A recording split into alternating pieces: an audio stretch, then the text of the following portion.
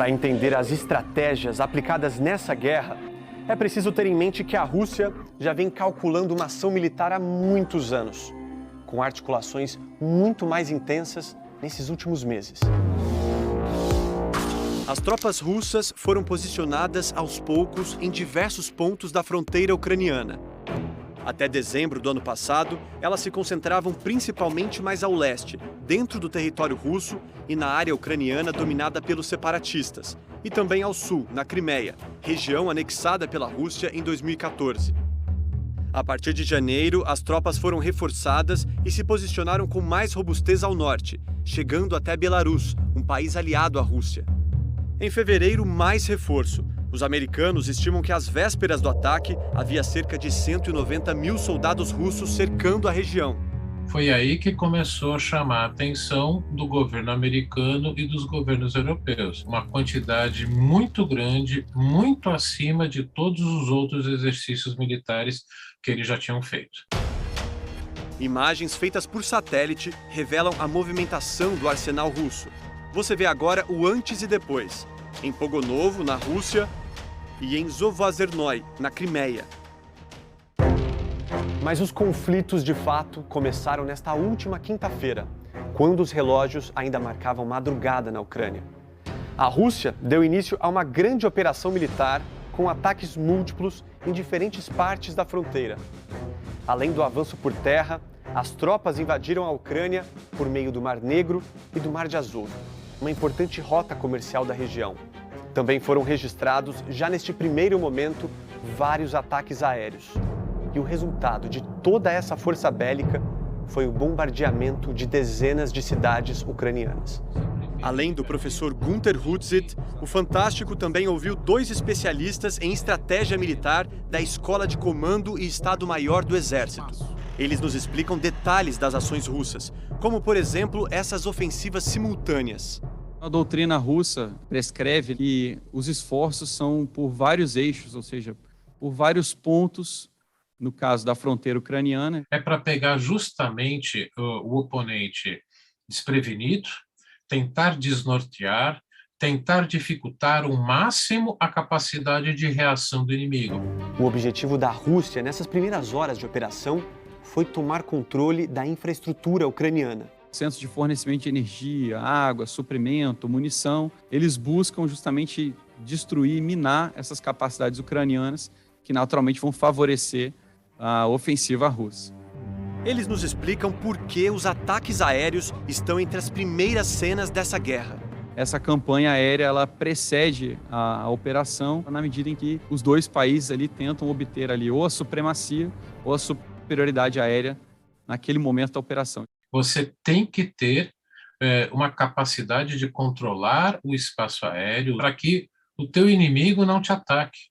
Então, o primeiro alvo passa a ser o quê? A força aérea do inimigo e as defesas antiaéreas do inimigo. Os aeroportos também passam a ser usados como base do atacante para receber mais soldados e equipamentos. Você colocar tantos helicópteros assim naquela formação relativamente fechada, próximas um do outro, mostra a segurança que as tropas russas tinham, de que eu posso fazer isso, que eu não vou ser atingido. Logo nas primeiras horas, a Rússia também avançou sobre Chernobyl, a região que foi palco do maior acidente nuclear do mundo em 1986, ainda desperta a preocupação da comunidade internacional. Chernobyl hoje ainda é capaz de emitir radiação que poderia envenenar o continente pelo seu regime de ventos. A Ucrânia fez já uma comunicação formal de que ela perdeu o controle de Chernobyl e não é mais responsável pelo que pode ocorrer com aquele espaço. Na sexta-feira, as tropas russas chegaram até os arredores de Kiev. Essa aproximação acendeu um alerta importante. O governo ucraniano está armando a sua população, ensinando a preparar pequenos explosivos, como coquetéis Molotov. Isso pode fazer com que as forças russas comecem a mirar a população sob a guisa de que estarem atacando combatentes não uniformizados. Isso pode sim elevar muito o número de baixas civis do conflito, atrapalhar o trabalho de ONGs como Médicos Sem Fronteiras, Cruz Vermelha. A Ucrânia tem recebido armas e bilhões de dólares de países da OTAN, mas as tropas russas avançam com rapidez. O que explica isso é a larga vantagem bélica que a Rússia tem sobre a Ucrânia. As forças armadas de Putin têm 900 mil soldados na ativa, as de Zelensky 196 mil. Na comparação entre tanques de guerra, a Rússia tem quase 3 mil, enquanto a Ucrânia menos de 900. São carros com capacidade de engajar alvos, ou seja, atingir o inimigo até distâncias de 4 quilômetros. Já os blindados de combate, chamados de IFVs, são mais de 5 mil do lado russo e 1.200 do ucraniano. Na contagem dos mísseis superficiar, a Rússia tem 1.520, a Ucrânia 81. Pelas imagens, é possível ver os soldados ucranianos usando um tipo de míssil chamado Javelin. Pequeno, apoiado sobre o ombro, mas capaz de derrubar um tanque. E do lado russo? Eu destacaria, por exemplo, um sistema de mísseis balísticos, o sistema Iskander, que é capaz de transportar ogivas nucleares e está sendo utilizado contra a Ucrânia no seu formato convencional. Além disso, há também mísseis de cruzeiro, que são mísseis de grande potencial destrutivo e que foram testados também na Guerra Civil da Síria durante a intervenção russa a partir de 2015. No espaço aéreo, a Rússia tem à disposição cerca de 2.000 aviões de combate e helicópteros. A Ucrânia, menos de 200. E a Marinha Russa tem 49 submarinos. A Ucrânia, nenhum oficialmente.